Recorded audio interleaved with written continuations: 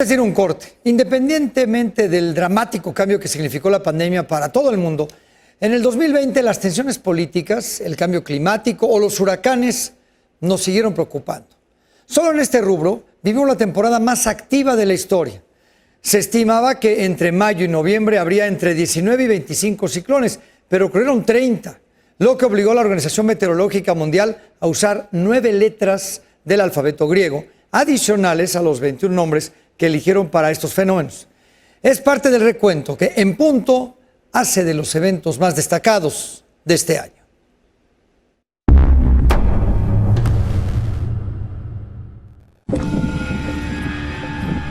Australia enfrentó uno de los peores inicios de año que se recuerden. Los incendios forestales en ese país dejaron miles de personas evacuadas, incuantificables daños materiales y severas afectaciones a la fauna. En Estados Unidos, el fuego forestal afectó como pocas veces en su historia zonas de Los Ángeles, San Francisco, Oregón y Washington. Tengo amigos que se están quedando en los parqueaderos de la Walmart, en la calle. Es muy triste. La costa este sufrió el embate de los huracanes. A finales de agosto, Laura fue el peor huracán en golpear Luisiana en los últimos 164 años. Eta causó graves daños principalmente en Honduras, El Salvador y Nicaragua. El 25 de julio, un buque de carga japonés encalló en Isla Mauricio, en el Océano Índico. Pasaron semanas para intentar recuperar las miles de toneladas de crudo derramado. Se usaron, entre otras cosas, enormes tubos de red rellenos con caña, paja y cabello humano, que no absorbe el agua, pero sí se adhiere al petróleo.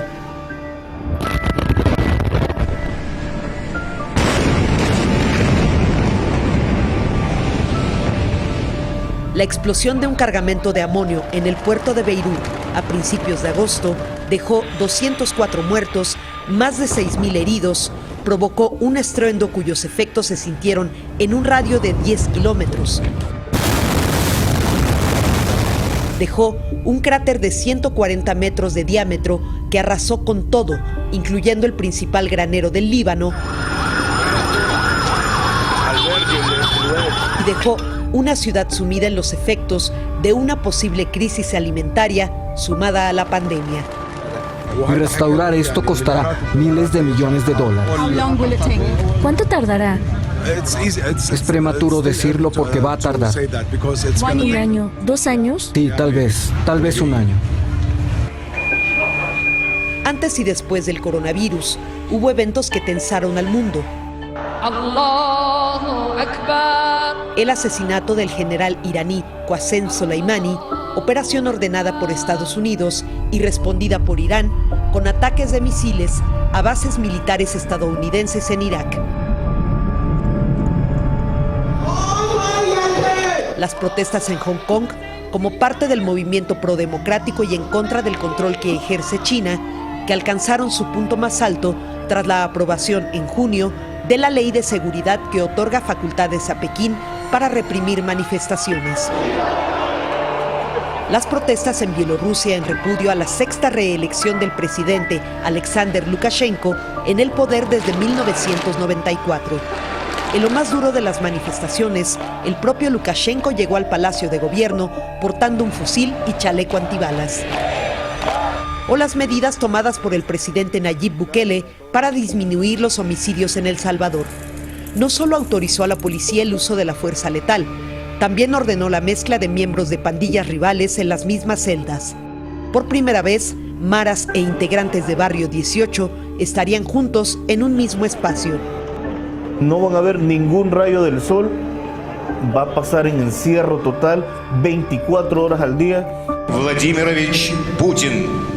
En Rusia, el referéndum promovido por el presidente Vladimir Putin para mantenerse en el poder hasta 2036 fue aprobado con el 78%.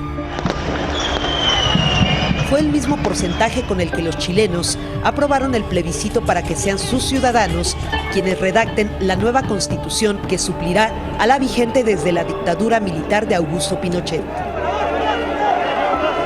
Perú tuvo 3 presidentes en menos de 2 semanas.